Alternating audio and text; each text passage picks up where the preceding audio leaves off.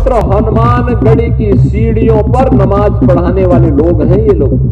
हनुमानगढ़ी की सीढ़ियों पर इन्हीं पापियों ने नमाज पढ़वाने का काम किया था।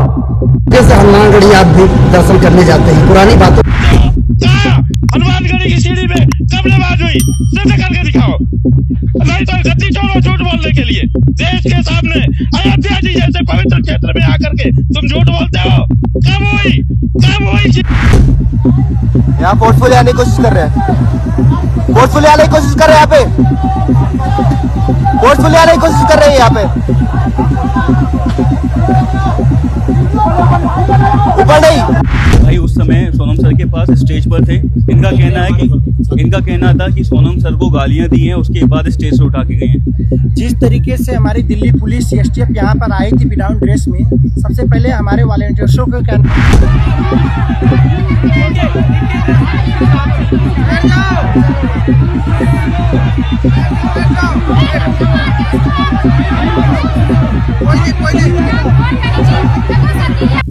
हमारे देश का नेता अपना वोट बैंक बनाने के लिए कितना बड़ा झूठ बोल सकता है, इसकी कोई कल्पना भी नहीं कर सकता।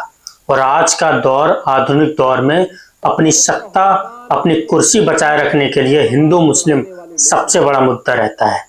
हिंदुओं को मुस्लिमों से लड़ाओ, मुस्लिमों को हिंदुओं से लड़ाओ, ये हमारी पुरानी रीत चली आ रही है। लेकिन अगर आप 1947, 1940 से पहले की राजनीति देखेंगे तो हिंदू मुस्लिम कभी कोई मुद्दा रहा ही नहीं। हाल ही में उत्तर प्रदेश के मुख्यमंत्री का एक बयान बहुत ज्यादा वायरल हो रहा है, जिसमें वो कह रहे हैं हनुमानगढ़ी में कभी नमाज नहीं पढ़ी गई। ये गलत बात है। जो लोग नमाज पढ़ने की बात करते हैं उन्हें मालूम होना चाहिए कि हनुमानगढ़ी का निर्माण मुस्लिम समाज ने कराया था। ये बोल है ब्रजभूषण शरण सिंह के। आखिर उन्होंने ऐसा बयान दिया क्यों? इसकी वजह है, इससे पहले ही एक सभा को संबोधित करते हुए प्रदेश के मुख्यमंत्री योगी आदित्यनाथ ने एक बयान दिया था, जिसमें उन्होंने कहा था कि हनुमानगढ़ी में मुस्लिमों ने नमाज पढ़ी। इसका हवाला देते हुए उन्होंने मुस्लिम हिंदुओं के बीच ये बात रखी ताकि हिंदू उनसे प्रभावित हों, उनसे आकर्षित हों, उनको लगे कि वो हिंदुत्व के कितने बड़ा चेहरा है, कितनी बड़ी हिंदुत्व की बात करते हैं, हिंदुओं के हितों की बात करते हैं। दरअसल उनके इस बयान को ब्रजभूषण शरण सिंह ने सिरे से खारिज कर दिया। मीडिया वालों ने जब उनसे पूछा भी कि ऐसा योगी जी ने कहा है, तो उन्होंने कहा कि मैं किसी के बयान को लेकर टिप्पणी नहीं कर रहा, लेकिन हकीकत यही है कि हनुमानगढ़ी में कभी मुस्लिमों ने नमाज नहीं पढ़ी और उसका निर्माण भी एक मुस्लिम शख्स ने कराया। बाकायदा इसका एक वीडियो वायरल है, जिससे साफ जाहिर होता है कि सूबे के मुख्यमंत्री इतना बड़ा झूठ कैसे बोल सकते हैं जनता के बीच, जिसके ना कोई साक्ष्य है, ना कोई प्रूफ है। सिर्फ अपने वोट बैंक के लिए, हिंदू को मुस्लिम के खिलाफ भड़काने के लिए ये राजनीति आखिर कब तक चलेगी? उनका ये वीडियो बहुत वायरल हो रहा है, आप ये वीडियो देखिए। और पवित्र हनुमानगढ़ी की सीढ़ियों पर नमाज पढ़ाने वाले लोग हैं ये लोग। हनुमानगढ़ी की सीढ़ियों पर इन्हीं पापियों ने नमाज पढ़वाने का काम किया था। जैसे हनुमानगढ़ी आप भी दर्शन करने जाते हैं, पुरानी बातों को फिर सामने अब लाया जा रहा है कि वहाँ पर नमाज पढ़ी गई थी। लोग नहीं, कभी नमाज नहीं पढ़ी गई, कभी नमाज नहीं वहाँ पर पढ़ी गई थी। ये गलत है। जिस तरीके से शंकराचार्य कल आए थे, उन्होंने कहा कि अगर कोई साबित कर दे तो मैं हनुमानगढ़ी जाना छोड़ दूंगा, और योगी जी को इस तरीके से झूठ नहीं बोलना चाहिए और मुद्दों से भटकाने का काम किया। देखिए, मैं किसी के बयान पर टिप्पणी नहीं करना चाहता, लेकिन नमाज, हनुमानगढ़ी पर नमाज पढ़ी गई ये बात गलत है। लेकिन जो लोग नमाज की बात उठाते हैं पढ़ी गई, तो उनको मालूम होना चाहिए कि इस हनुमानगढ़ी का निर्माण एक मुसलमान ने ही कराया था।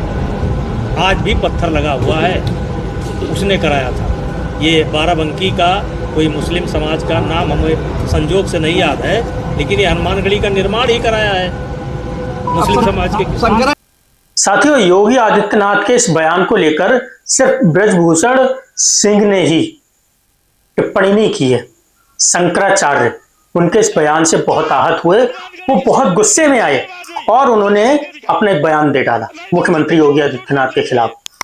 ट्विटर एक्स पर सुप्रिया श्रीनेत पोस्ट करके ये जानकारी देते हुए बताती हैं जिसमें शंकराचार्य कह रहे हैं मुख्यमंत्री योगी आदित्यनाथ ने कहा था हनुमानगढ़ी की सीढ़ियों पर नमाज पढ़ी गई थी।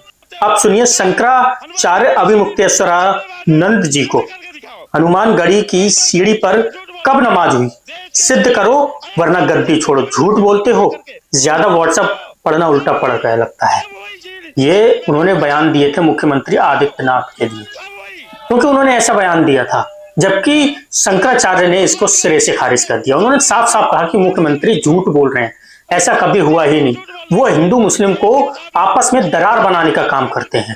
वो चाहते ही नहीं कि देश की अखंडता, देश की एकता बनी रहे।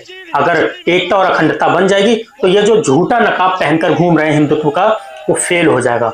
और उसके फेल होते ही, चूंकि बीजेपी की राजनीति है हिंदुत्व की, तो अगर हिंदुत्व का एजेंडा फेल हुआ तो बीजेपी की सरकार गिर जाएगी, ऐसा उनका मानना था।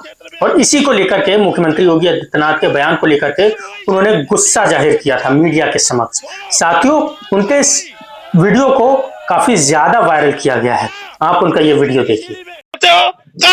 हनुमानगढ़ी की सीढ़ी में कब नमाज हुई, सिद्ध करके दिखाओ, नहीं तो गद्दी छोड़ो झूठ बोलने के लिए। देश के सामने अयोध्या जी जैसे पवित्र क्षेत्र में आकर के तुम झूठ बोलते हो। कब हुई सीढ़ी में नमाज, बताओ, बोलो कब हुई।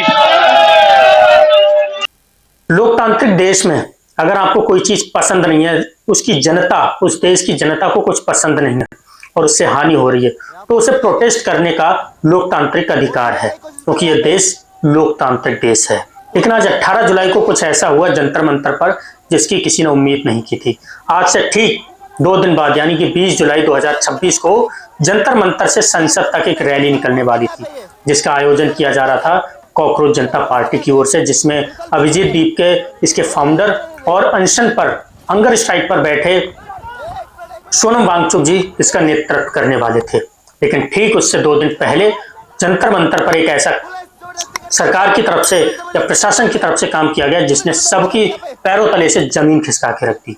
सुबह जब अभिजीत दीप के अपने दोस्त के यहाँ फ्रेश होने गए थे, उसी बीच कुछ पुलिस अधिकारी आए सिविल ड्रेस में और वो जबरदस्ती मंच पर चढ़े और एक टॉवल में जिस चादर पर सोनम वांगचुक जी लेटे हुए थे उसी चादर में लपेटकर उनको ले गए, जिसका खंडन कई लोगों ने किया। और एक्स पर अभिनय मैथ्सर इस पर अपनी टिप्पणी करते हुए कहते हैं कि लोकतंत्र में शांतिपूर्ण विरोध और अपनी बात रखना हर नागरिक का संवैधानिक अधिकार है, और इस तरीके से चादर से कवर करके ताकि कोई वीडियो ना बना सके उठाकर ले जाना उस शख्स को जो देश के तमाम बच्चों के भविष्य के लिए अनशन पर है, कहां तक उचित है। ऐसा सवाल उठाया है अभिनय मैथ ने, जिनको आपने उस मंच पर आकर कई बार सुना भी होगा। हाल ही में अभी वो आए भी थे 1-2 दिन पहले। क्या सही तरीका ये नहीं कि शिक्षा मंत्री का इस्तीफा करवा दें, या आप सरकार के किसी मंत्री के द्वारा बातचीत करके उनका अनशन तोड़वाने की कोशिश करते? लेकिन जबरदस्ती इस तरीके से अनशन तोड़वाना, यह अनशन और देश का अपमान है, जहां तक कि लोकतंत्र की हत्या है। दमन हर चीज का हुआ है, तो दमन सत्ता के गलियारों में घर कर गया उस घमंड का भी होगा जिसके सामने आम नागरिक की आवाज नहीं सुनाई दे रही। तानाशाही है इस देश के अंदर, एक तानाशाह है जो चाहे वो करता है, लोगों की पीड़ा नहीं सुनने को तैयार है। लोग परेशान है, उनकी परेशानियां सुनने के लिए तैयार नहीं है। लोग परिवर्तन चाहते हैं, उस परिवर्तन को नकार रहा है। आखिर ये तानाशाही कब तक चलेगी? लेकिन एक कहावत है, विनाश काले विपरीत बुद्धि। जिस तरह के इस देश का माहौल बन रहा है, साफ तौर पर देखा जा सकता है कि आगामी चुनाव के अंदर मौजूदा सरकार को इस देश की जनता, लोकतांत्रिक जनता जड़ से उखाड़ कर फेंक देगी। साथियों, जब सोनम वांगचुक को वो अधिकारी लेकर जा रहे थे, उसका किसी ने एक वीडियो बना लिया। आप उस वीडियो को देखिए पहले। यहाँ फोर्सफुली आने की कोशिश कर रहे हैं, फोर्सफुली आने की कोशिश कर रहे हैं, यहाँ पे फोर्सफुली आने की कोशिश कर रहे हैं। यहाँ पे ऊपर नहीं, ऊपर नहीं, ऊपर नहीं, ऊपर नहीं, यहाँ फोर्स कर रहे हैं। पुलिस वाले फोर्स कर रहे हैं यहाँ पे, ये पुलिस वाले फोर्स कर रहे हैं, पुलिस वाले फोर्स कर रहे हैं यहाँ पे, ये पुलिस वाले फोर्स कर रहे हैं। नहीं नहीं नहीं नहीं नहीं, एक मिनट, ये देखो, पुलिस जबरदस्ती कर रही है यहाँ पे, पुलिस जबरदस्ती कर रही है यहाँ पे, पुलिस जबरदस्ती कर रही है यहाँ पे, पुलिस जबरदस्ती कर रही है, हाथापाई हो रही है यहाँ पे, हाथापाई हो रहा है, हाथापाई हो रहा है।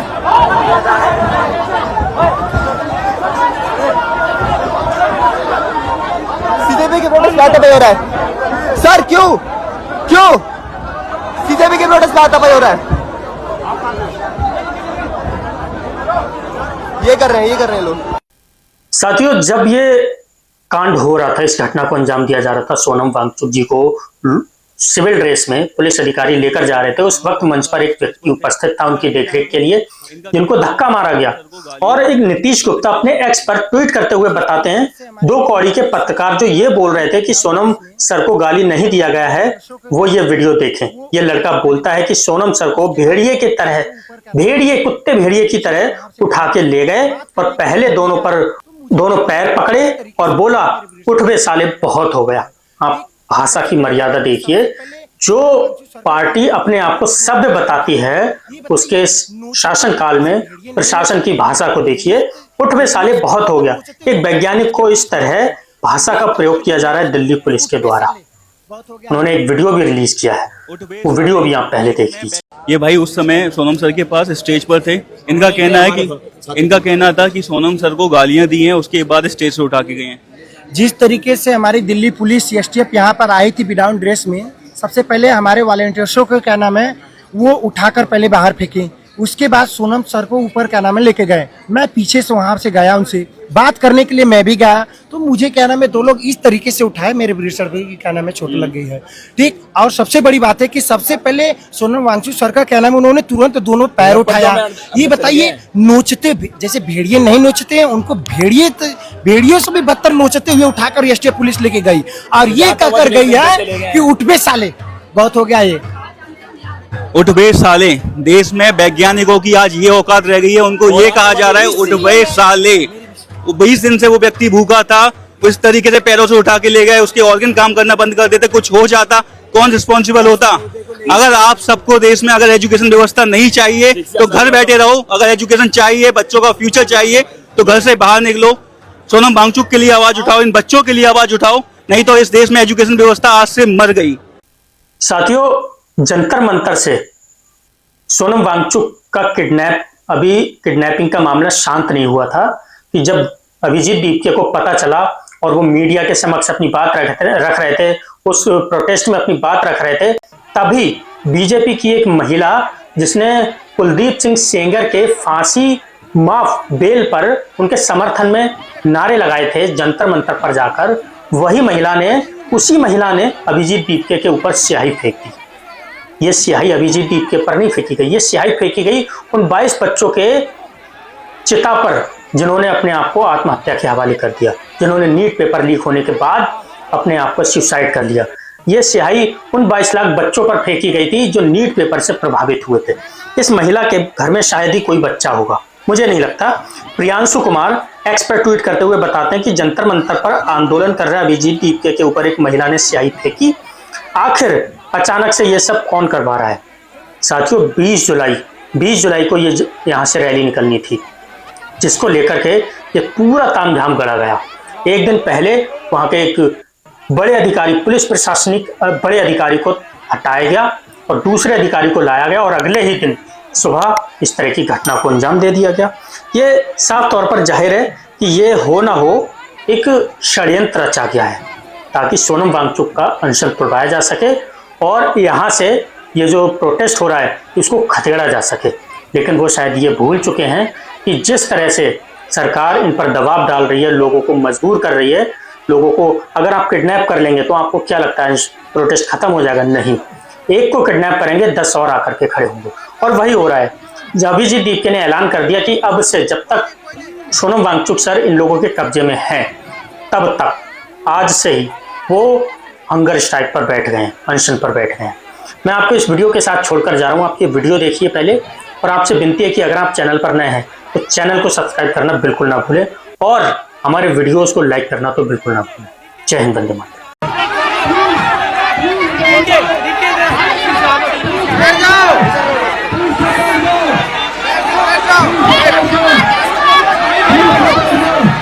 कोई नहीं